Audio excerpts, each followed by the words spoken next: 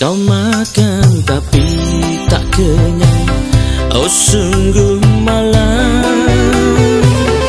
Minum tapi kau takkan puas, dahaga tak lepas. Membanting tulang cari nafkah, namun tak bertambah.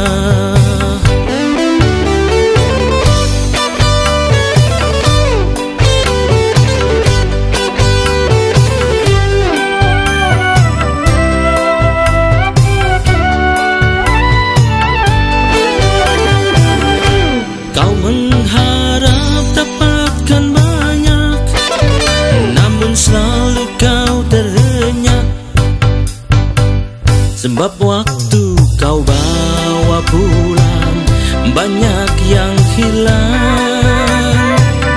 Mengapa demikian malam nasib menjelang? Bertanyalah kepada Dia yang Maha Kuasa.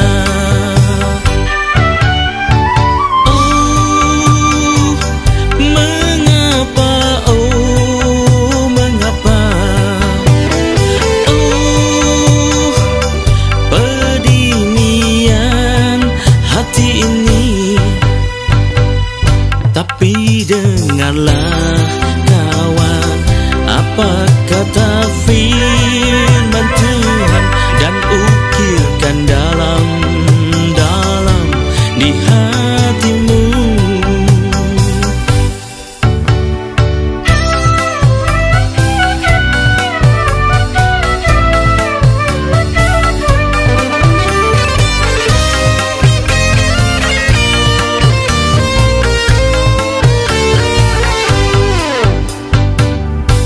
Akulah yang menghembuskannya, demikianlah kata Tuhan.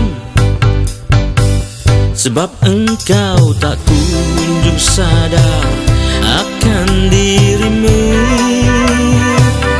Rumah Tuhan kau biarkan tetap jadi reruntuhan, sedang kau selalu sibuk mengurus rumahmu sendiri.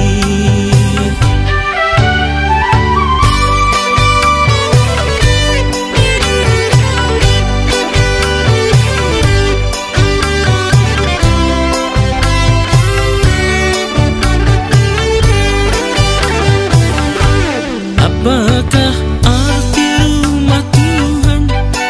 Itu hubunganmu dengannya.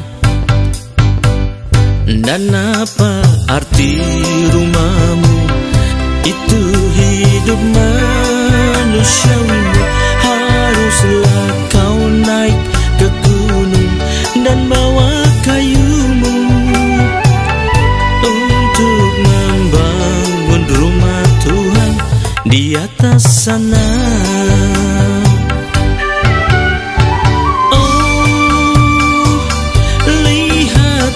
Dan buktikanlah, oh, bila kau taat lakukannya, Dia akan berkenan dan menyatakan kemuliaannya. Maka hidupmu penuh berkat berkelimpahan.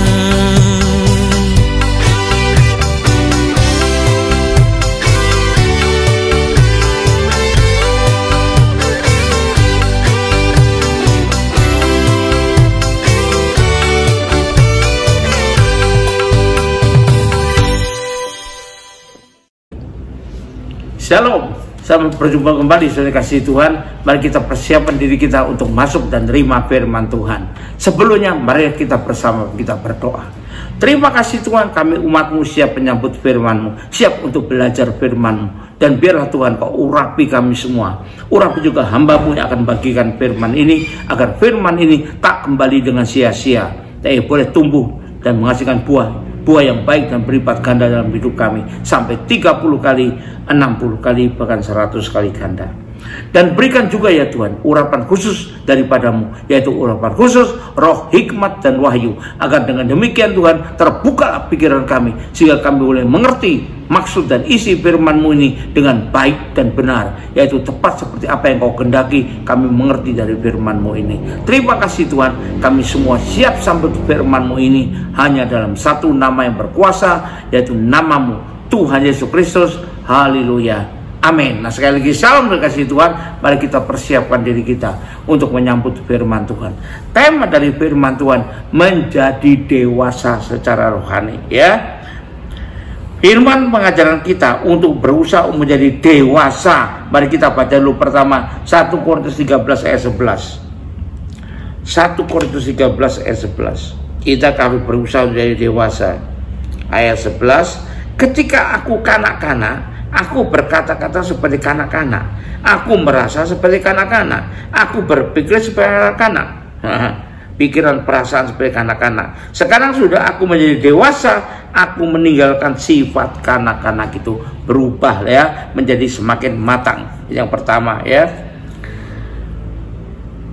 lebih dewasa secara rohani kita harusnya. Tapi masih ada pertanyaan, untuk apa kita jadi dewasa itu? Apa cirinya? Apa untungnya buat saya? Karena itu kita perlu belajar. Pertama, kalau kita menjadi dewasa rohani, maka orang anak yang dewasa itu mempunyai hak waris, ya, hak waris dari bapaknya. Bapak kita, Bapak yang mulia di sorga, apa yang dia punyai menjadi hak kita juga, karena kita adalah ahli warisnya, ya. Bila kita dewasa, kita punya hak waris. Itu harus kita pergunakan dengan baik dan benar. Untuk itu perlu menjadi dewasa, ya. Apa yang Bapak punya, kita punya juga. Kita baca Lukas 15 ayat 31. Coba tadi anak dewasa ini, ya. Kata ayahnya kepadanya, anakku, engkau selalu bersama dengan aku. Jadi kalau selalu bersama dengan Tuhan, dan segala kepunyaanku adalah kepunyaanmu. Nah ini kalau kita juga dengan Bapa, selalu dekat dengan Bapa, maka segala kepunyaan Bapa adalah kepunyaan kita juga. Maka itu adalah yang terjadi juga dengan antara kita dan Dia. Asal kita selalu bersama dengan Dia, ya. Kita baca Yohanes 15 ayat 7. Selalu bersama dengan Dia, selalu dekat dengan Dia, ya, selalu intim dengan Dia. Yohanes 15 ayat ke-7. Jikalau kamu tinggal di dalam aku dan firman-Ku tinggal dalam kamu, dekat maksudnya, mintalah apa saja yang kamu kehendaki dan kamu akan menerimanya. Yang pertama, punya hak waris. Lalu ciri-ciri anak yang dewasa itu bagaimana? Dia akan lebih mengenal lagi orang tuanya. Bukan mengenal secara fisik saja, tapi mengenal kehendak orang tuanya, mengenal kesukaan orang tuanya, dan sebagainya, ya. Lebih, berarti kalau kita dewasa rohani, kita akan lebih dalam bisa mengenal Tuhan. Mari kita Ibrani 5 ayat 13. Jadi kalau kita belum mengenal Tuhan dengan baik dan benar, berarti kita belum dewasa. Tapi kalau kita jadi dewasa rohani, kita sudah mengenal Tuhan dengan lebih baik. Ibrani 5 ayat 13. Sebab barang siapa masih memerlukan susu, ia tidak memahami ajaran tentang kebenaran, tapi adalah kecil. Apa itu ajaran tentang kebenaran? Itulah firman Allah. Apa itu firman Allah? Siapa itu firman Allah? Itulah Tuhan kita Yesus Kristus. Jadi kalau memahami dengan baik tentang firman Allah, tentang kebenaran ini, berarti mengenal dengan baik Tuhan kita. Nah itu ciri orang dewasa, lebih mengenal Tuhannya. Ya, kita lihat ya, firman Tuhan adalah Tuhan sendiri, ya, Tuhan Yesus. Yohanes 1 ayat 1 mengatakan, pada mulanya adalah firman. Firman itu bersama dengan Allah, dan firman itu adalah Allah. Dan firman itu telah ada di antara kita, menjelma menjadi manusia. Nah itulah berarti Tuhan Yesus. Dan firman itu adalah kebenaran jati. Maaf, Yohanes 17 ayat 17 mengatakan, firman Tuhan adalah kebenaran. Nah itu cirinya. Jadi berikutnya, kalau anak menjadi dewasa rohani, kalau kita dewasa rohani, maka bisa makan, dalam tanda petik, makanan keras, ya. Makan keras artinya khotbah yang keras, ajaran yang keras, bukan yang lunak-lunak saja, bukan yang menjanji-janjikan saja, bukan yang PHP saja, bukan teologi kemakmuran saja, bukan teologi pasti diberkati, pasti ditolong, pasti angkat. Kalau semua serba pasti, tidak ada hidup di dunia ini, ya. Kalau kita nanti sudah di surga, itu baru semuanya pasti. Di dunia tidak ada yang pasti. Bukan saja tergantung pada Tuhan, tapi lebih lagi tergantung pada kita sendiri. Mau jadinya gimana ya? Kita lihat, orang kalau anak dewasa bisa makan makanan keras. Ibrani 5 ayat 12 sampai 14. Mari kita lihat Ibrani pasal 5 ayat 14 sampai 12. Ayat 12 sampai 14. Oh, balik 14 sampai 12 ya. 12 sampai 14. Sebab sekalipun kamu ditinjau dari sudut waktu, sudah seharusnya menjadi pengajar, kamu masih perlu lagi diajarkan asal pokok dari penyataan Allah, dan kamu masih memerlukan susu, bukan makanan keras. Sebab barang siapa masih memerlukan susu, ia tidak memahami ajaran kebenaran, sebab ia adalah anak kecil.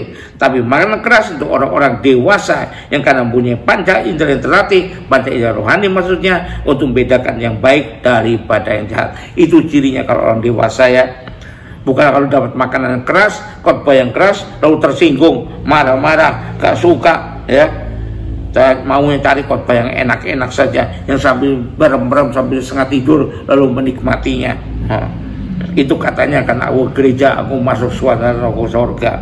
Nah, dan kemudian kalau kita dewasa, tidak lagi hanya mengejar dan mencari-cari, mendambakan ya, memuja-muja ajaran-ajaran yang hanya PHP, yang hanya enak didengar, tapi tidak mendidik kerohanian kita, tidak membentuk kita. Itu disebut kita kenal dengan teologi kemakmuran, teologi sukses dan lain sebagainya. Itu ciri orang yang dewasa. Jadi kalau kita menjadi dewasa haruslah demikian. Yang berikutnya, apa yang harus kita lakukan kalau kita masuk di usia kedewasaan rohani? Kita harus mulai berupaya untuk bisa memenuhi syarat untuk menjadi calon mempelai. Karena mempelai itu harus orang yang dewasa. Tidak ada kalau masih anak kecil jadi calon mempelai, itu tidak ada. Ya, baru bertobat, langsung jadi calon mempelai. Apakah jadi mempelai sudah baru bertobat? Secara rohani umur kita baru 2 hari, masa jadi mempelai? Adakah mempelai umurnya sebulan? Tidak ada. Harus menjadi dewasa ya. Kita baca Wahyu 19 ayat 7. Jadi dewasa dulu baru berupaya, berjuang, berusaha untuk memenuhi syarat menjadi calon mempelai. Bukan begitu ikut rombongan, begitu ikut grup sudah menjadi calon mempelai, bahkan sudah menjadi mempelai. Bukan ya. Jadi banyak orang yang keliru menyangka itu.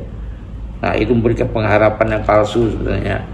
Wahyu 19 ayat 7 dikatakan, marilah kita bersukacita dan bersorak-sorai dan memuliakan Dia, karena hari perkawinan anak domba telah tiba dan pengantinnya telah siap sedia. Nah, ini pengantin itu adalah orang yang dewasa. Berikutnya kita baca Wahyu 21 ayat 9 sampai 21. Wahyu 21 ayat 9 sampai 21. Maka datanglah seorang dari ketujuh malaikat yang memegang 7 cawan, yang penuh dengan ketujuh malapetaka terakhir itu. Lalu ia berkata kepadaku, katanya, marilah ke sini, aku akan menunjukkan kepadamu pengantin perempuan mempelai anak domba. Lalu dalam roh ia membawa aku ke atas sebuah gunung yang besar lagi tinggi, dan ia menunjukkan kepadaku kota yang kudus itu, Yerusalem, turun dari sorga, dari Allah.